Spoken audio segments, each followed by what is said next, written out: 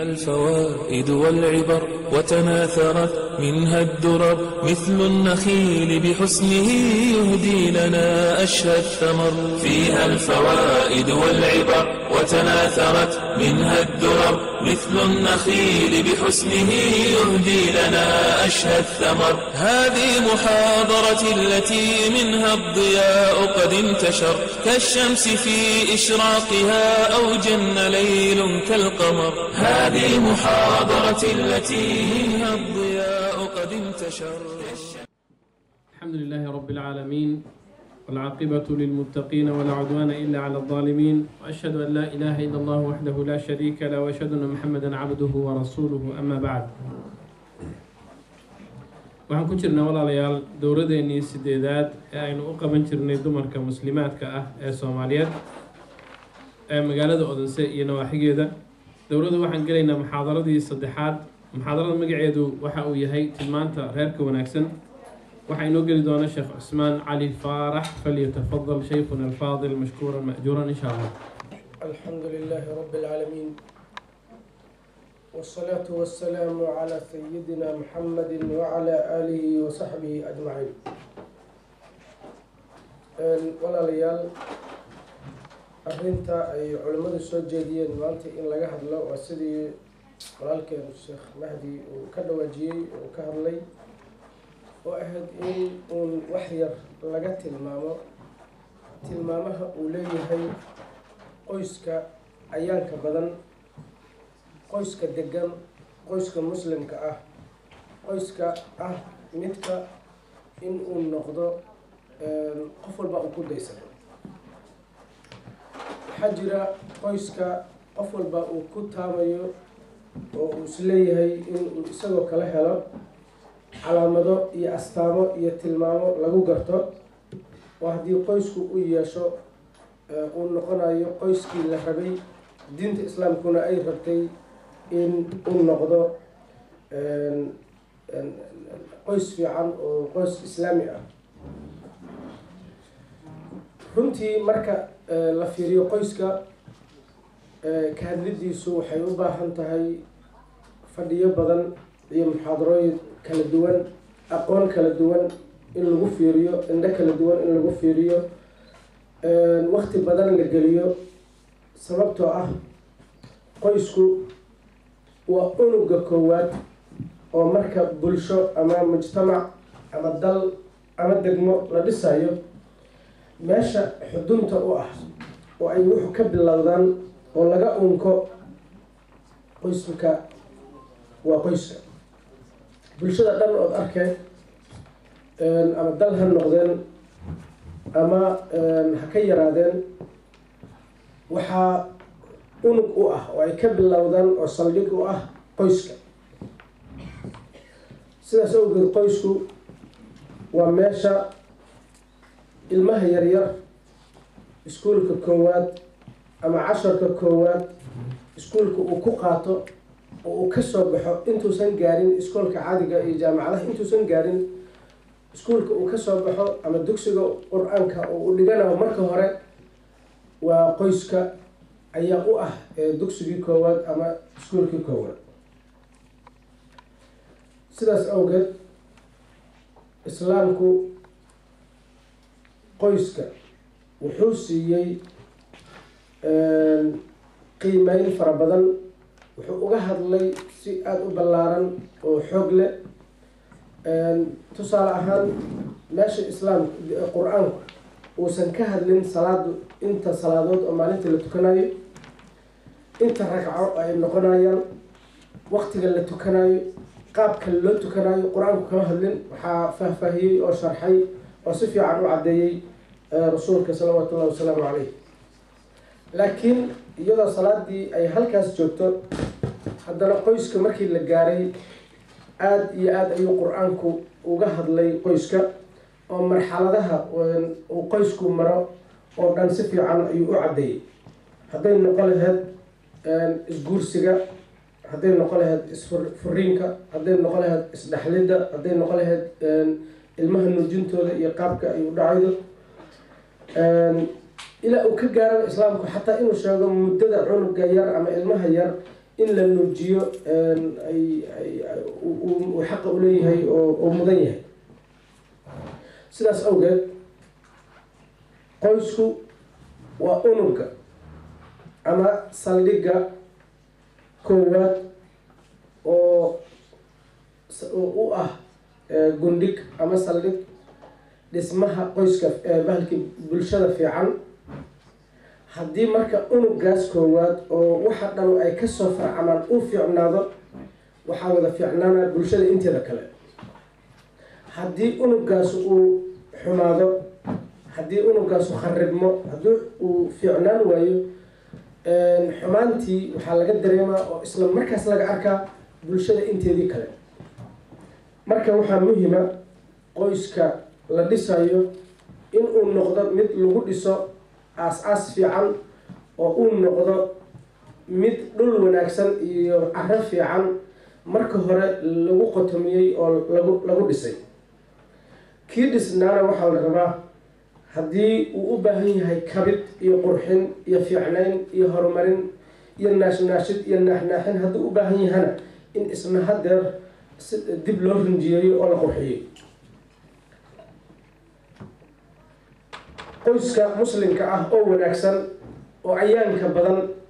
oo qoyska saciidka ah calaamado lagu garto ayuu leeyahay. calaamada koowaad oo qoys walba inuu iska fiiriyo la rabo bal in laga helay iyo in kale waa in ay qoyska ka dhexeeyaan laba arrimood. calaamada koowaad waa in ay laba astaamood uu qoysku leeyahay. waa in jacayl ama kalgacayl iyo israbid inay isweydaarsadaan. midda labaad waa in ay la socoto taasna isku naxariisasho. haddii labadaas arrimood oo ah in dadku ay isweydaarsadaan oy isdhaafsadaan isjeclaanta iyo isku naxariisashada, waa laba tiir oo dadka xiriirkooda ama qoyska xiriirkiisu uu ku taagan yahay. oo haddii la waayo qoyska boolashii dhan ay furfurmayaan oo inuu burburo uusan waxba u jirin. haddii labadaas la helana qoyskaasu wuxuu ku taagan yahay aas-aas xoog leh oo qurxoon oo sabab u noqon kara xataa haddii problemyo kala dhacaan in isaga la isku haleeyo oo isaga gaashaan laga dhigto. maxaa laga wadaa isjeclaan? sida caadiga ah qofka uu jecel yahay waxyaabo adduunka lagu yaqaana jira. qofku hadduu qof kale jecel yahay, calaamado ama dhaqan ama feker ama aragti uu yeeshaa jira. qofka hadduu qofkaas kale jecel yahay, siyaabo la og yahay qofka wax jecel kuu jecel yahay inuu u sameeya jira. number 1, qofka uu jecel yahay war yar oo dhibo uma ogola. sababtoo uu jecel yahay wuxuu rabaa warba warka uu ka fiican yahay in uu u sheego. tusaalahaan warka uu u sheegaho dhan waa war qalbigiisa u ron, maskaxdiisa u ron, maskaxda ku reeba raad fiican iyo xasuus fiican. laakiin aan ahayn war xabado oo kale ah ama madaafiic oo kale ah oo qofka miraayada qalbiga burburiya, qofkuna habeenkii uu ka seexan waayo oo uu la gadgadoomo. xaalad kasta oo gurigiisa markuu joogo ama uu socdana dib ugu soo maaxata oo dib ugu soo dhacdo oo u gocdo. dhibaato noocaasa qofka wax jecelo qofka kale uma geysto. warba warka uu ka fiican yahay oo ubaxa laysku hadiyeeyo laysku geeyo dadku isku geeyaan oo kale, war ah oo qurxoon oo ka taga maqal fiican iyo raad fiican maskaxda ku sameeya iyo jirka ayuu qofka kale ku sheegaa. haddii la waayo jacaylka waxaa imaan kara waad gar kartiin. markaas qofka jecel wuxuu qofka kale u sameeyaa wax alla waxa uu awoodo kama hakrado, wuu u sameeyaa xataa isagoo ka awoodin isku kalifaa. marka haddii ninku uu xaaskiisa jecel yahay ama gabadhu ninkeeda jeceshahay, way iskalife xataa wax awoodeeda aan ahayn ayuu qofku sameyna marka uu qofka kale uu rabo uu jecel yahay. waxaa lagu yaqaan muuqaalka uu qofku leeyahay qofka kale kuma dhibo muuqaal wanaagsan oo qofka ka dega oo qofka u qalma oo qofku ku raaxaysto oo u jeclaado ayuu qofka kale ku qaabilaa tusaale ahaan marka wiil iyo gabadh ay rabaan inay isguursadaan qof walbaa dharka ugu qurxoon iyo dharka ugu nidaamsan kabaha lasoo caseeyo isagoo nidaamsan oo marka muuqaalkiisa qofka aad aragto aad farxaydo oo timihii soo jartay oo wanaagsan ayuu qofkii kala qaabila si qofka kale qalbigiisa iyo maskaxdiisa u furmaan oo ay si fiican iskula jaan qaadaan oo isku fahmaan laakiin hadduu tago isagoo hurdo ka soo kacay oo timuhu midba uu gees u taagan yahay fiishna uu leeyahay kabna maaragtay ay go-an tahay midna ay fiican tahay qofku dabeecad ahaan iyo dhaqan ahaan qofku kale wuu ka cabsanaa wuuna ka cararaa naftiisuna usoo hiloobime mar dambe sidaas awgeed marka gabadhu ay ninkeeda jeceshahay ama ninka uu gabadha walaashiisa jecel yahay waxaa la rabaa muuqaalka uu mar walba ku qaabilayo inuu noqdo muuqaal fiican oo wanaagsan sidaas awgeed saxaabigii weynaa cabdullaahi bin cabbaas ayaa wuxuu samayn jiray aad ayuu isaga shaqay jiray jirkiisa oo markuu xaaskiisa u tagayo markaasaa midhaa la weydiiyey wuxuu ku jawaabay sababta uu sidaan u sameynaya wuxuu yidhi waxaan jecelahay in islaantaydu ama gabadha aan qabaaho iyadoo qurxoon oo dholla cadayna oo furfuran oo maskaxda iyo indhaha iyo jirka iyo qalbiga ka degayda inay iga hor timaad oon ishelna ayaan jecelahay sida aan taas anugu u rabo ayaan anuguna sidiio kale inaan iyada uga hor tago oo aan ku qaabilo ayaan anuguna rabahay marka qofku markuu qofka jecel yahay waxaa lagu yaqaan astaamahaasoo kale oo wax kasta oo af ahaan iyo adin ahaan wax alla wixii wanaag ah ayuu qofka kale u sameeya qofka jecel maxaa calaamad u ah lagu yaqaan xumaantiisa ma arko samaantiisa bisu arkaa tusaale ahaan haddii labada qof isjecel yihiin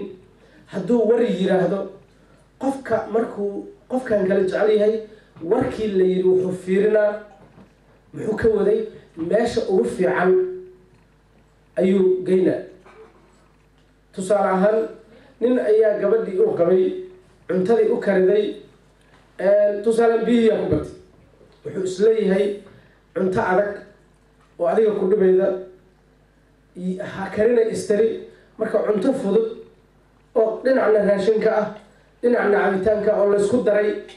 saasay adiga ku danaynayda u qaadana markuu qofka jecel yahay markuu qofka uusan jeclayna hadday keento gabadha cuntada ugu fiican wuxuu isleeyahay melhelo waxaa ka maqan kaas cusbadaa wax yarsi ku ah midkan xawaajigaa ku fakaday 100 problem ayuu alifana marka qofka jecel waxaa lagu yaqaan markuus carab ahaan inuusan ku dhibin inuusan muuqaal ahaan ku dhibin inuusan gacan ahaan ku dhibin oo wax alla wax dhaqaalahu hayo waa qofka kale inuu awood u leeyahay inuu ku tasarrufo oo uu siduu rabo oo maslaxadiisu ku jirto lagu sameeyo laakiin nin gacan adag ama gabar gacan adag qofkii kale oo ay la nooleed inaysan jacayl badan u hayn ayaa muuqanaya haddii sidaas u dhacdo waxaa kaloo lagu yaqaan qofku markuu qofka kale jecel yahay inuusan dhibin in uu u adkaysto hadduu dhibo tusaalahaan dhibkiisa dhan inaad waxba ka soo qaadin waad aragteen hooyadu markay ilmo yar dhasho wuu ku matagaa wuu ku kaadinaa wuu qaylinaa 100 goor habeenkii soo kacaa naftaas u keenaa sidaasoo ay tahay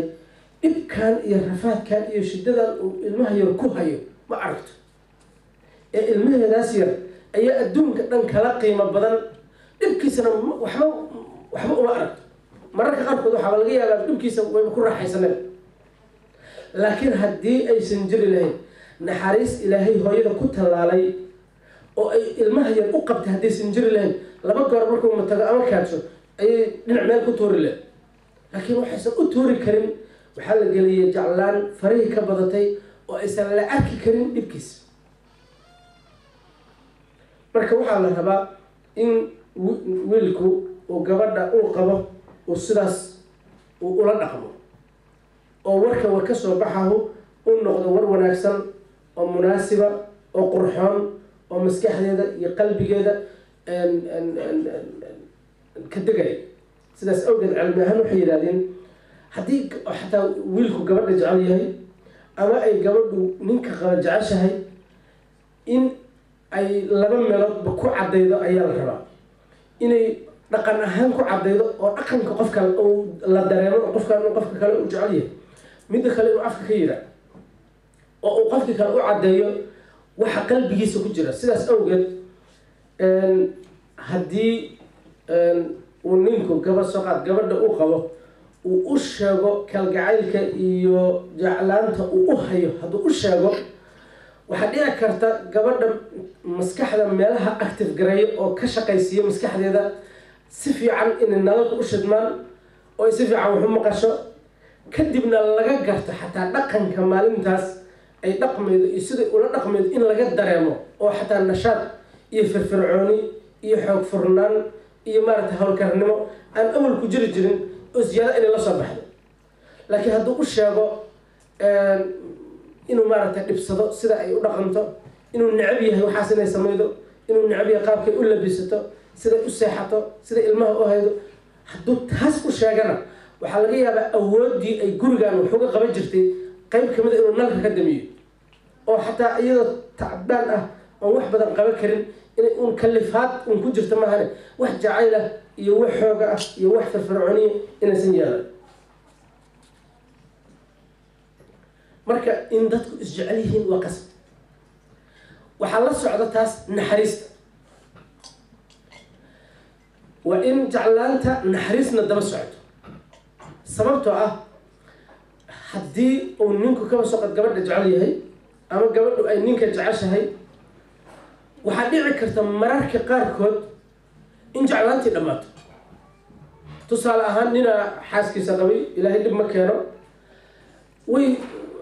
way da-ay noqoto. waxaa laga yaabaa jeclaantii badneed inay yaraato, laakiin oo awal wixii wax oon matoorkii saarnaa iyo dhan awooddii faraha badneed oo uu wanaagga ku qaban jiray waxaa laga yaabaa in qayb jeclaantu ay ahayd. haddii taas la waayo wuxuu la soo bixi karaa naxariista. marka aduu qofka u naxariisanaydo oo u danqanaydo halkeedii arrintu marag. tusaale ahaan gabadhii wiilkii qaba ama jiraday ama xaaskiisiyaa jiratay ama da-ay noqotay ama sabab uun jeclaantii laga yaabo inay uun yaraato ama dhammaato ayaa timid. hadday la socotay jeclaanta naxariis iyo u danqasho iyo u dirnixid qofka dhaqankiisu sidii usii fiicnaana. laakiin haddii aysan naxariisu jirin oo xoogaa yar oo jacayluhu jiray, jacaylku hadduu dhammaado dadku warkaa ka taagtaagma 5 daqiiqa la iska hor imaana. sidaas awgeed dadka markay isguursaayaan xoogaa jacayl oo gacan ku samaysa ama gacan ku rimis ah oo aan meel hoose jirin amoraati ben ah ayaan isku jiray, markay wiig iyo 2 isqabaan oo sheekadii dhammaato wuxuu qof walbaa la soo baxaa dadnimadiisa run tahay. haddii hadda dhurwaay uu soo marsado issoo turukeeyo oo dhar qurxoon soo xirto muddo badan ma hay karo, asagoo iska furu arkaa oo hawshiisii lagu yaqiin galay. marka jeclaantu awalba hadday mid yar oo sansamays yar ahayd hadday dhammaato dadku dadkoodii noqoya oo waxay la soo baxayaan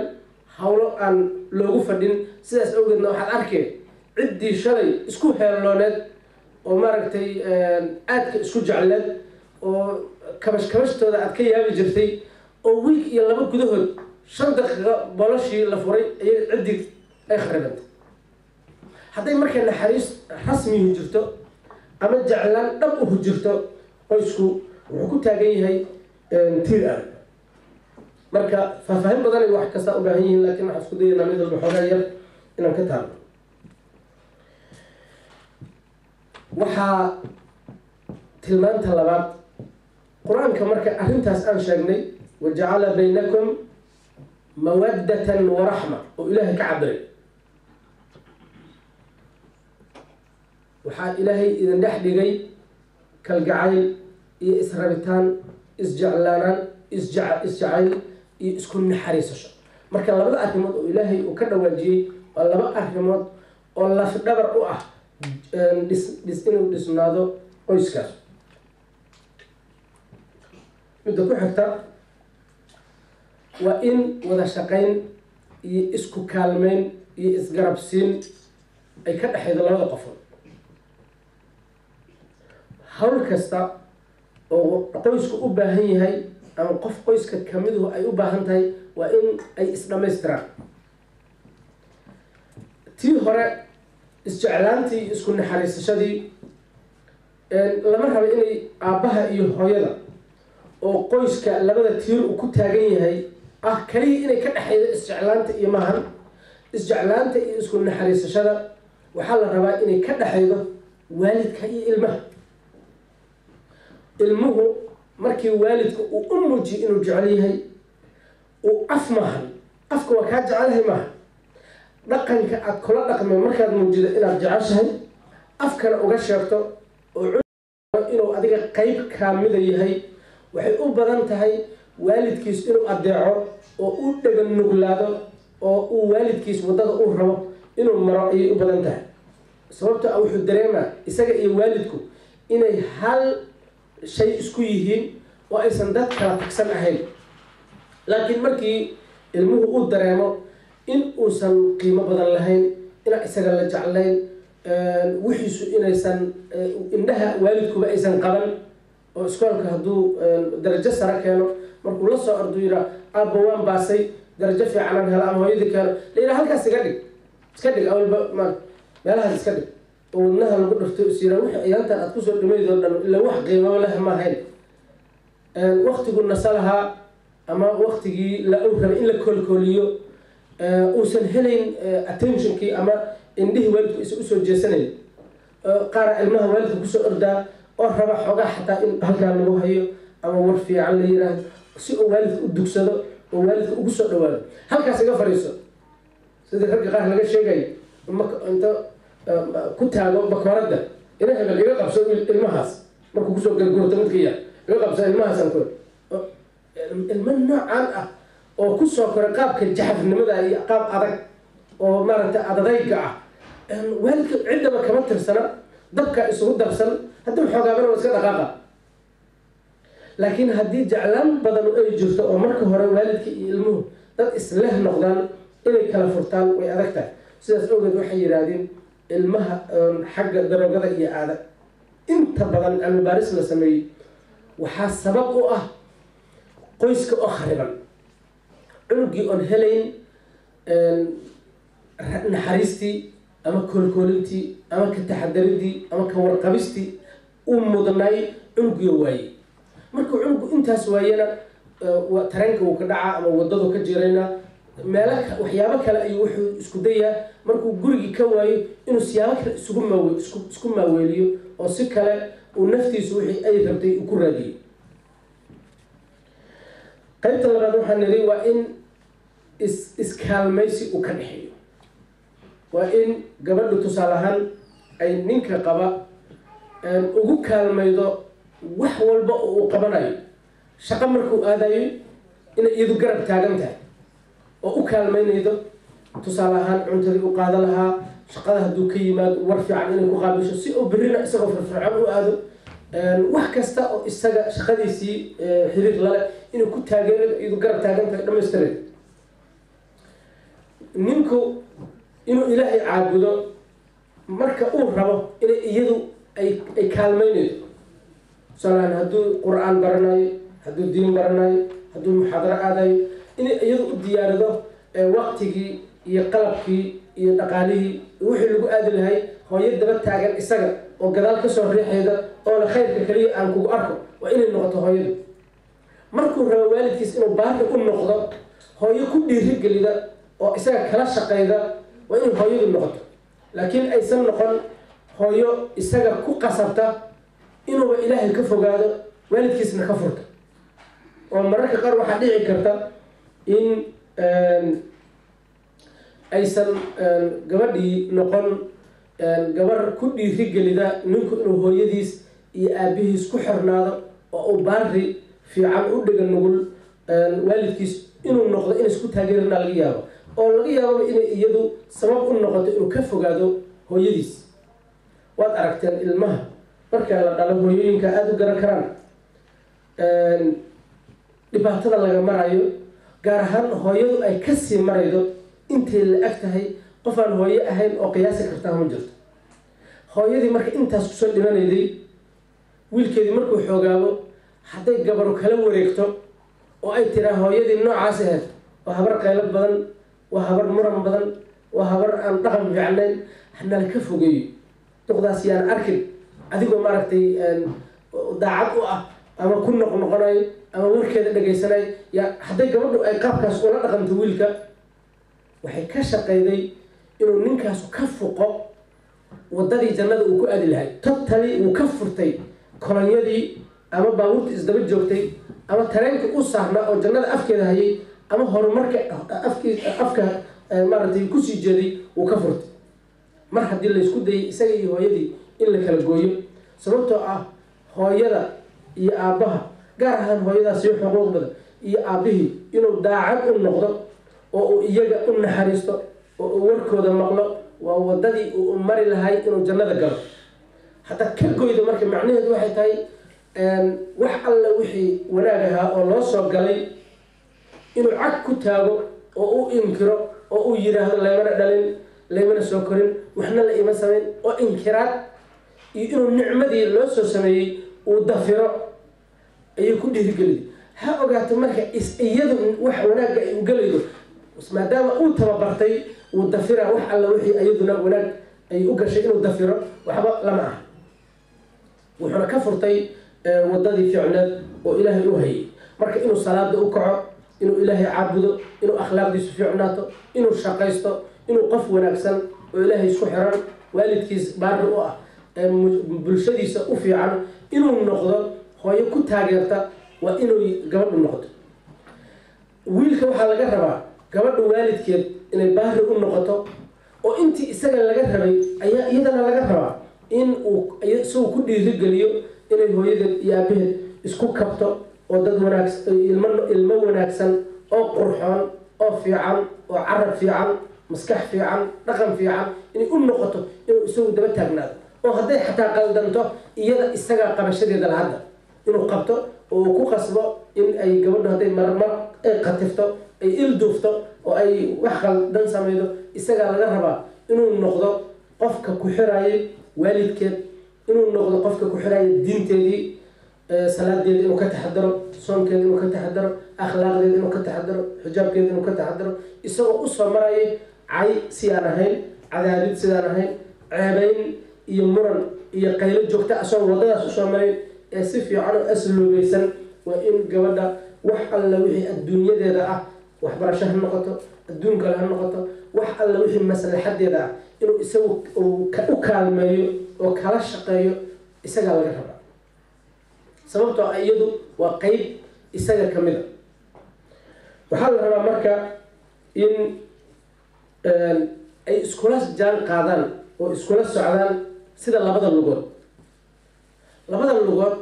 waxay meel ku tagaan inay istaageeraan oo lugta kale ay caawido adugu qiyaas haddii hal lug ay tillaabsato oo ti kala tiraahdo anugu halkaanaan iska jooga maxay qaban kartaa hal lug waxba lama qaban karto laakiin markii labada lugood istaageeraan midna ay jidhkii celinaydo oo lagu taagan yahay midna ay tillaabti qaado midda kale ay haddana bedesho qoysku markay qaabkaas iskula shaqeeyaan ayay waxay noqon karaan qoys wanaagsan oo ka soo baxa wixii laga rabay ilmaha iyo waalidka sidaasoo kale waxaa laga rabaa iskaashigu inuu ka dhexeeyo iskaashigaas marka meel hore iyo meel hoose dhinac walbuu leeyahay waxaa la rabaa ilmaha iyo waalidku inay iskaashanayaan oo dad isbuuxinaya isdhammaystira inay noqdaan shantaadaas farood waxay qiimo leeyihiin ood ku weysaysan kartaa markay shantooda wada shaqeeyaan oo gacanta laysku geeyo laakiin haddii far walba meel iska istaagto oo tan halkan taagto tan halkan istaagto oo damacdo inaad weysayso biyihii gacanta kuma qaadi kartaa marka sidaas oo kale inay iskula jaan qaadan ayaa la rabaa waxaa la rabaa in uu ka dhexeeyo qoyska calaamada saddexaad oo lagu garto qoyska ayaanka wanaagsan oo ah qoyska degan qoyska fiican calaamadaha lagu garto waxaa ka mid ah in dadku isweydaarsadaan oy isdhaafsadaan isxurmayn iyo qadarin inay ka dhexaydo haddii aabbuhu uu hooyada qadariyo hooyadu ay aabbihii qadarido ilmuhu ay waalidka qadariyaan waalidku uu ilmihiisa qadariyo oo isxurmayntaas iyo maaragtay ay isqadarintaas ay ka dhexaydo qoysku wuu bulaalaa wuu horumar ayuu sameynaa wuu fiicnaanaa laakiin qof walbaaba isqiimo dilid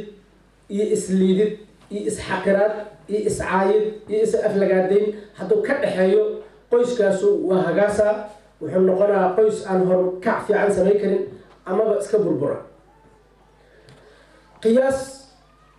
marka waalidku ayagu is-ixtiraamaan oo ilmihii ay guriga joogaan ilmuhu waxay ku korayaan is-ixtiraamidaas aabbihii oo hooyada ixtiraamaya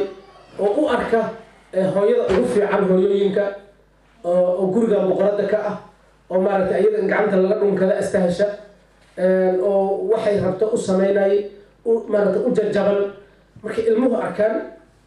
hooyadii oo kabash-kabashleynayda oo odaga ka taxadarayda oo wax walbuu rabo sameynayda markay arkaan sidaanay ku koraan waxay aaminayaan noloshooda inay sidaan tahay laakiin oday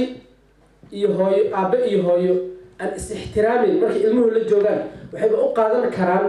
in is-ixtiraamiddu ayba nusqaan iyo ceeb iyo foolxumo iyo wax laga dhunto ay tahay oo ninku tusaale in isjilciyo oo gabadha u dabacsanaado oo war fiican ku yidhaahdo si fiican ula dhaqmo inay tahaba ninnimadiisii iyo raganimadiisii in meel looga dhacay oo markuu nin raga yahay nin adadag oo warka uu sheegayo iyo fiirada uu gabadha fiirinayo fiiro ay ka naxdo warka uu ku hadlaayo war oo maaragtay khatar ah oo maaragtay odatinimadiisa uu ku difaacdo inuu ka dhigo qaabkaasaa ay dhali kartaa haddii loo qaato qaabkan ixtiraam darrada ku salaysan haddii qoysku iskula dhaqmo marka waxaa la rabaa qoys hooyadu muujido inay odaga uu meel sare saaran yahay oo uu yahay madaxweynihii qoyska madaxweyne waad aragteen hadduu dalka soo degaayo katifad gaduudana la dhigaa dadkii oo dhan waa saftaan madaxweyniyaha soo degayaa la yihaa nin odaya oo dalka xukuma isaga xataa wuxuu dareemaa dadka inuu mas-uul ka yahay oday inuu guriga saas ka yahay la rabaa hooyadu markii la arko boqoradii guriga fadhiday oo iyadu boqolaal hawlood hayda boqolaal tusaale ahaan mar waa kuug xirfadla ah oo khatar ah waa kuugga ugu khatarsan ay guriga mar matashaa mar waxay matashaa khaadimadda ugu fiican gurigaas ayadaa ka khidmayne dhar haddii la dhaqaayo haddii cunto la karinayo haddii guri la hagaajinayo haddii ilmihii la diyaarinayo mar waxay mataleen dhaqaalihii qofka dhaqaalayahanka ugu khatarsan oo lacagta ciddu haysato dhaqaalaha ay haysato iyo duruufta cidda ku meeran ayay isbarbar dhigeen markaasay wixii isku aadaadine kan xoogaa inta ka goy kan xoogaa inta u badi mar dhaqaalihii waxay la tahay waa la taliyo guud oo xagga dhaqaalaha mar waa hooyo beer jilicsan oo ilmihii 24kaas daba taagan midka matagaay iyo midka jiran iyo midka iskoolka loo diraay iyo midka jiifa iyo midka cuntada raba kulli shay 100 anteena ayaa u taagan mid walba sidiisii uga taxadareen kii iskoolka aadaay wixiisii diyaarine midkii jiifa dharkiisii diyaarine midkii jiranay daawadiisii diyaarine midkii fiicnay kii iskoolka dugsiga inuu aado qur-aankii diyaari odaygii dharkiisii meelay ka habeene dharkeedii iyo jirkeedii way ka taxadare 100 shaqay hayda marka maadaama intaasoo shaqo aan mushaar lagu sii karin haddii kuugnimada kaliya ay mushaar ku qaadato bishii waxay qaadan lahayd lacag fara badan haddaad uu qof soo kirayso cunto ii karidha gurigaan bishii lacag badan u raba haddaad qof soo kiraysato tara ilmaha ii hay bishii lacag badan u qaadana haddaad qof soo kiraysato oo tiraahdo ilmaha inta ka wad iskoolka ii gey soo celi maalin walba lacag kalu raba boqolaal shaqo oo midda kale ka adag tahay ayay hooyadii hayda oy usii dheer tahay haddii marka ay u dheeraato intaas inaan la ixtiraamin la arkin hawsheedii laga qaado islaan kibirtay oo maray taleefonku hadlaydo iyo maray meelaha wareegaydo iyo maray islaamaha kale la sheekaysanaydo iyo maray ilmihii la yaacdo iyo odagiisa ka warqabin haddii saas laga soo qaadana ayadoo intaasoo dhibaataa ku jirtay hadda markaas waxaa laga dhigay qof niyad jabtay horumarkii iyo horukacii iyo maaragtay inay ciddu bullaashana laga hor istaagay marka waxaa la rabaa odagu inuu qadariyo hawshaan baaxadda weyn oo ay hooyadu ku fadhido oo ilaahu nagu soo dayn ah meesheeda marka in iyada lagu taageero oo halkeeda lagu hayay istaheshaa oo odagu u yiraahaye galabtay aniga waxbel sameeyna maalinta ana guriga sidaan sameeyna waxbel aniga sameeyna oo xataa wixii ka khafiifiyo dhibaatadii haysatay war wanaagsan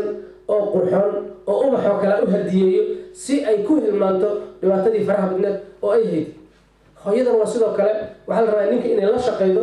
oo maanta dhan uu shaqeynayay uu soo daalay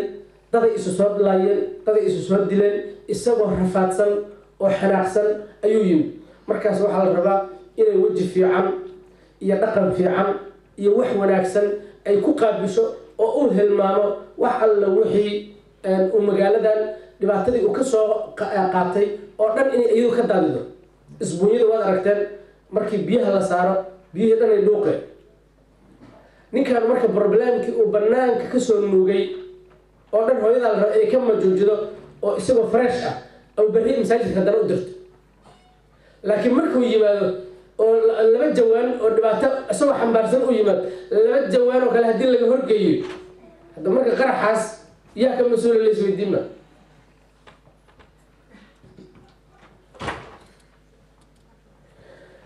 waxaan ku daraynaa mid afraad way badan yihiin laakiin tilmaamaha waxaa ka mid ah qoyska wanaagsan lagu yaqaan in la adeeco aabbaha ama ninka mas-uulka ka ah guriga in la adeeco macnaheed in la adeeco waxaa laga wadaa in la dareensiiyo inuu qoyskan isagu mas-uul ka yahay qoysku intiisa kale inuu taladiisa iyo ishaaraadkiisa iyo warkiisa iyo garashadiisa inuu ku shaqaynayo oo daacad loo yahay waa aragteen madaxweyne wuxuu ummadda ka sugaa uu madaxweynaha u yahay inay adeecaan isaguna uu u shaqeeyo aabbaha guriga waa in la dareensiiyaa shacabkiiyaan kuu nahay adiguna waxaa taa madaxweynihii marka adiguna hawl madaxweyne qabo annaguna hawsha shacabka aan la noqon isaga marka waxaa qabanaa xil aan qaban shacabka dulqaad ka badan midka shacabka ayaa laga rabaa mas-uulka madaxweynaha waxaa laga rabaa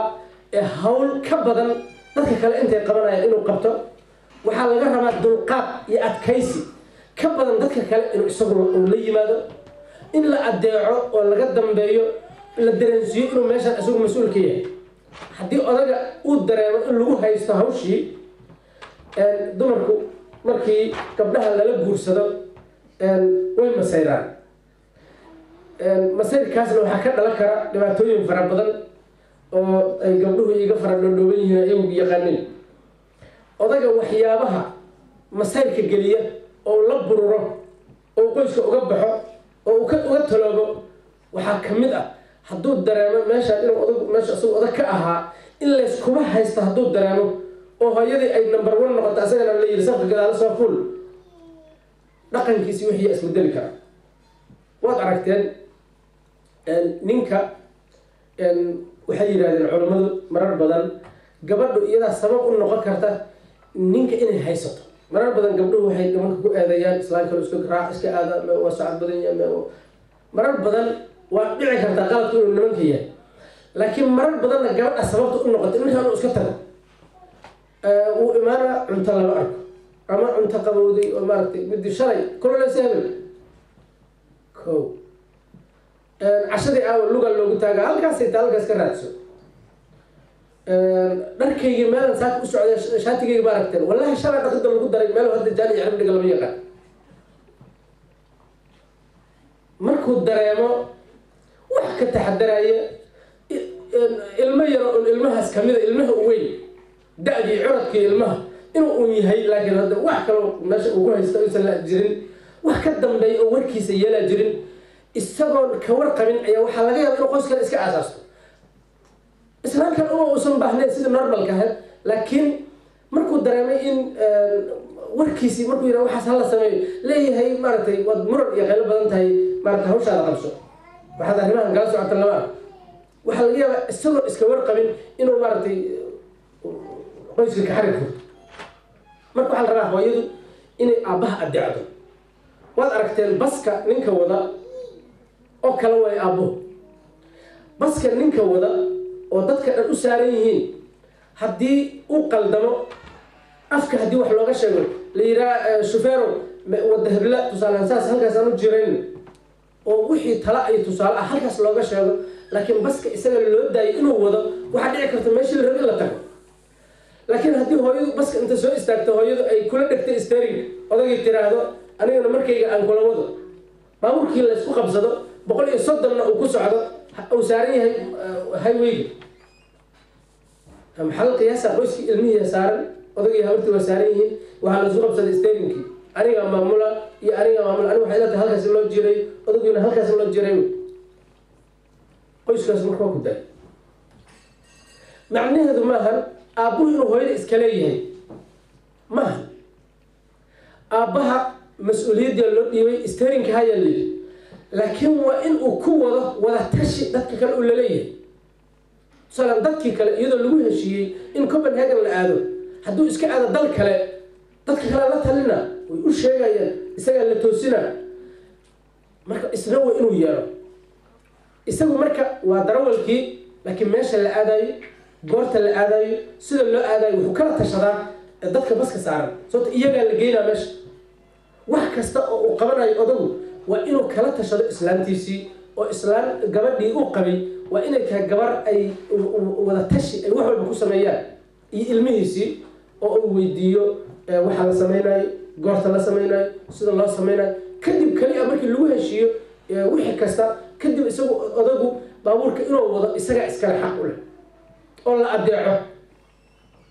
laakiin waa nin la tashada gabadhii oo ay hal qof isku yihiin oo is dhammaystiraan oo halkaas arrinta xooga ayuu soo leexido asna soo leexiyo oo arrin qurxoon oo laga tashaday oo qoysku ruugeen oo la calaliyey in ay noqoto waxa la fulinayo marka hawsha way badan tahay laakiin waxaan hadda marka kusoo kooba laba arrimood oo yaryar wax yar tilmaamo yar ayaa waxaan ka bixinaa qoyska aan soo sheegnay oo la rabay oo tilmaamahaas qayb ka mida leh midka ka soo horjeeda qoyska sida wadadii fiicnad aan hayn calaamado lagu yaqaan si calal aqal la isaga ilaaliyo qoyska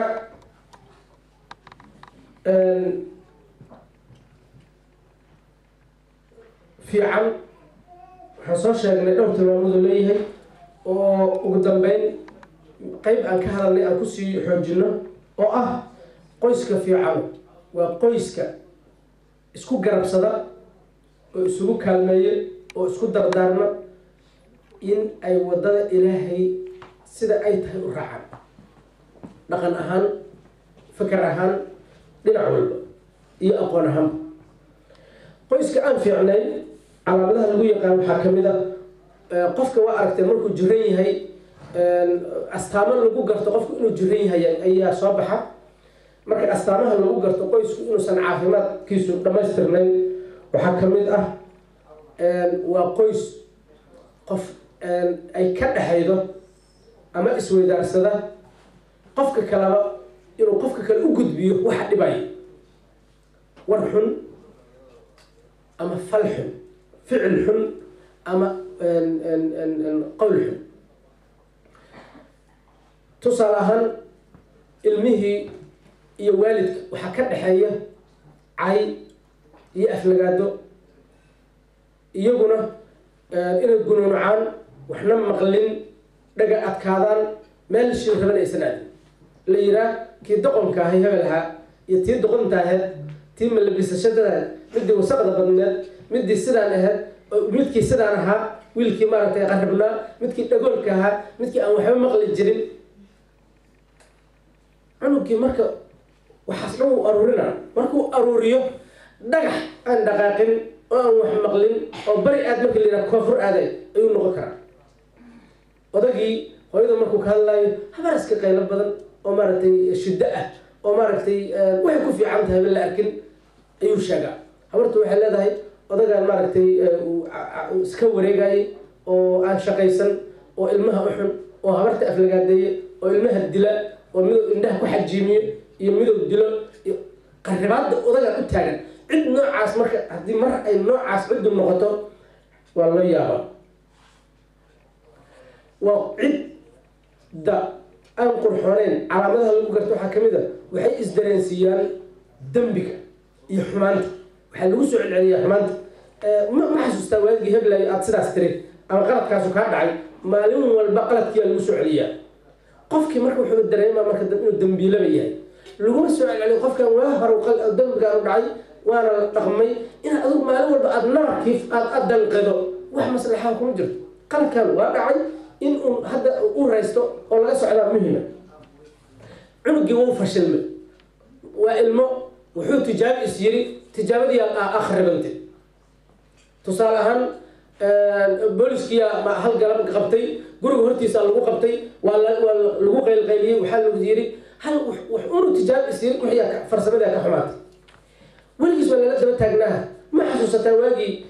فالحمد صد علي أو تقرب بنتي أو ما تقرب علي أو تسلم سميدي مر حدود دريم مر قفكو إن دم بيجلو لقد دبوضة ويسليه هي أولا أدي وحك هاللابي يهرل الأسيسع مر بهدوس وحي حرمة يوح قيمة لهن أولا دريم إهانة ولقب صدق يبهدل الدم ويسليه أول وحك هاللابي مني هرتها الأسيسع مركز وحي وحك درن سيكل كرام على مدى وحكم إذا لو سيجرنا يوم قيسك إن إسكو عقل جولين يهندلات والله أنا سا سميت دور يا أنا والله أنا سا سميت دور قيسك كان حيدو وحكم إذا وقيس أن وحك السني كان حين ظروف أي إسكو هيدا دبكة إسكو درسن وألا كبد يمل كمان على الله معكو تدسكو للجوجو gabadhu had baleedahay hadaysan sidaas u jiri lahayn wallahi hebel adigaas inaan ag taagnaadeen asnayra adigaagaas wallahi aanan waqti badan kugu lumiyeen hadaysan duruuftaas ugu kaahay ilmihiina ay aaminsan yihiin meel kale la aadaawala laakiin u adkayso jahannamo adoo isaga jira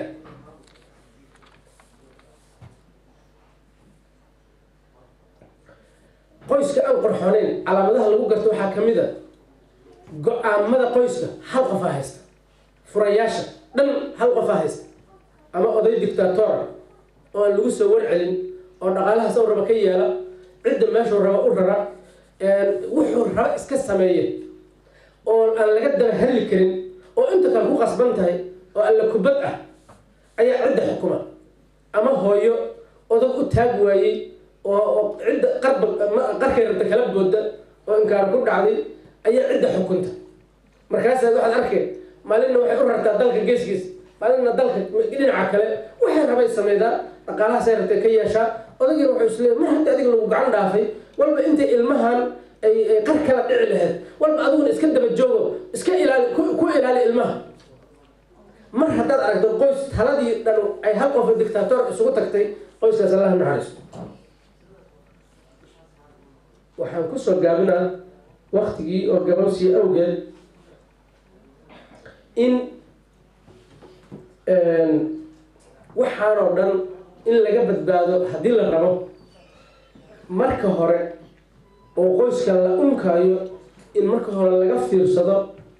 aas-aaska qoyska uu ku taagan yahay culimada qayba ka mid ah waxay yidhaahdeen min calaamaati النجاح في النهايات الرجوع إلى الله في البدايات calaamadaha lagu garto in ciribta dambe iyo meesha arrintu ku dhammaanay ay guul ay noqon doonto oo waxaan guulaysan doonaan calaamadaha iyo ifafaalaha lagu garto waxaa ka mid a in marka hore ay dadku ilaahay u noqdaan marka ay wax unkayaan waxaan markaad bilaabaydo inaad ilaahay ku xirnaato waxay calaamad u tahay waxaan meesha ku dhammaanayaan inay salkeed ay waxaan khayr yihiin laakiin markii hore haddii xafladii arooska lagu dhigayay xaflad ay kasoo qayb galeen ama ay unkeen intii dhibaatada ahayd lacagtii lagu unkayay ay ahayd lacag aan xaalkeeda la oqon gabadha markii la unkayay waalidkeed laga soo dirqiyey gabadha markii la unkayay lagu doortay waxaan qurxooneyn iyo waxaan fiicnayn lagu soo doortay wiilka markii la unkayay gabadha isguursanayeen aan la raacin waxyaabihii rasmiga ahayd in wiilka lagu doorto gabadha ku doorato ay ahayd aan la raacin ee waxyaabo kale la tixgeliyo hadhowbayta marka qoyskaas qarbaha ah oo markii hore kabkabka lagu sameeyey iyo maaragta qaabkaas indhala-aanta lagu galay wuxuu calaamad u noqon karaa saacaduu rabo inuu burburi karo marka shayga ugu muhiimsan waxay tahay qoysaska la dhisaayo si ay u fiicnaadaan in bilaawgooda hore laga taxadaro in lagu aas-aaso si wanaagsan maxaa u asal ah wiilka gabadhu ay guursanaydo waa inaan lagu qiimeyn lacagta uu leeyahay siduu u egyahay waxyaabo badan inaan lagu qiimeeyo waxyaabo badan oy kow ka yihiin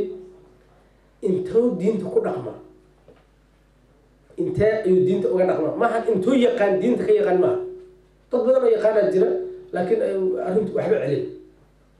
aqoontu waa qayb ka mida waxaa la rabo laakiin waxaa la rabo oo runtaahu waa dhaqanka intuu diinta ku dhaqmaa dhaqaale ahaan diinta siduu ugu dhaqmaa waalidkii siduu ula dhaqmaa salaadii siduu ula dhaqmaa deriska siduu ula dhaqmaa muslimka kale siduu u dhaqmaa taariikh nololeedkiisu muxuu ahaa muxuu qofkaan ahaa jiri nin maaragtay faramadow tuug faragoysa oo maaragtay baduhu soo inkaareen oo intaasoo goor xabsiga ka soo baxay miya ma nin hogaamiye kooxeeda ma wuxuu yahay burcad badeed mase burcad dhuleed mase burcad diineed waa qaybtee marka hore in si fiican laysaga fiiriyo qofkan waxa uu yahay ma siyaasi tuug ah oo afarjaabla oo khaa'inul watan miya marka hore in layska fiiriyo laakiin ninkii xoogaa burbursadaba in maaragtay lagu doorto tilmaan aan ficne laga rabo intuu diintay uu ku dhaqmaa oo intee waxa ilaahay ka rabo uu fulinaa nimanka sababtoo ah ninka ilaahay ka cabsanayay waxay yidhaahdeen gabadha uu guursada hadduu jeclaadana waa karaameeyaa waa qurxiyaa waa sii wanaajiyaa wuu dalacsiiyaa haddii uu ubegi waayana ma ihaaneeyo oo ma bahdilo ma caayo ma xumeeyo hadduu rabana fa imsaakun bimacruufin aw tasriixun biixsaan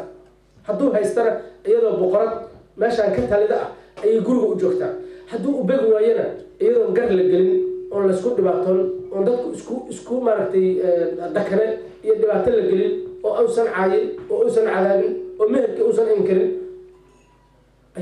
uusan caayin oo xumaan ka faafin ayuu si tartiiba oo wanaagsan ay u kala tagaan midda labaad waa in dhaqankiisu uu fiican yahay qof dhaqankiisu aada u wanaagsan yahay inuu ninku noqdo gabadhana intaasoo kale ninka marka waxyaabo kale oo gabadhii iyadaba isagaba laga faraabaa jira laakiin waqtigu ma saamaxayo iyadana marka waxaa la rabaa in lagu darto sidaasoo kale intay diinta ku dhaqantaa afkeeda diin ahaan intay uga dhaqantaa dhaqankeeda intay diinta ka haysataa iyo akhlaaqiyaadka iyo nidaamka sida ay u fakaraydo siday u dhaqanto tusaale ahaan qof xumaa qof af xunmiya ma dadkii cayda ma dadka isku dirtaa ma dadkii xamataa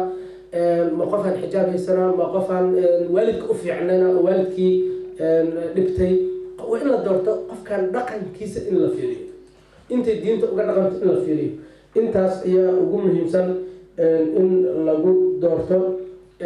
haddii weliba hooyadu ay fiicnaato waxaa dhici karta odaga qaladkiisa inay marmar badan celi karto waqtiga inta ugu badan tusaale ahaan hooyadu iyadaa ilmaha la joogta guriga iyadaa joogta duruufta guriga iyadaa inta badan ka warqabta hadday marka iyadu fiicnaato waa sida qalbigoo kale oo haddii uu fiicnaado jirka intiisa kale uu la fiicnaanayo ilmihii iyadaa tusaale ahaan dhaqankii fiican bare, iyadaa qur-aankii iyo diintii bare, iyadaa salaadii uga taxadaray, iyadaa soonkoodii iyo maarata horumarkii oo dhan iyo akhlaaqdii iyo anshaqii iyada bare. marka hooyada weliba iyo aabuhu kalama dhacaan. hooyaduna waa warshadii dhammeed oo ilmahan iyo waxa soo saarayday, oo haddii ay fiicnaato warshada iyo sida wuxuu ay u samaysan yihiin waxay soo saareen alaab fiican. hadday hooyadu xumaatana waxay soo saari kartaa alaab ka turjumayda hooyadu sida ay tahay. waxaan ilaahay marka ka baryaynaa in اللهم اجعلنا وأهلنا سعداء في الدارين. صلى الله وسلم على محمد وعلى آله وصحبه أجمعين. جزا الله شيخنا الفاضل خير الجزاء. إلهي سبحانه وتعالى وحكبر لنا من ميزانك حسناتك أصعب شيخا.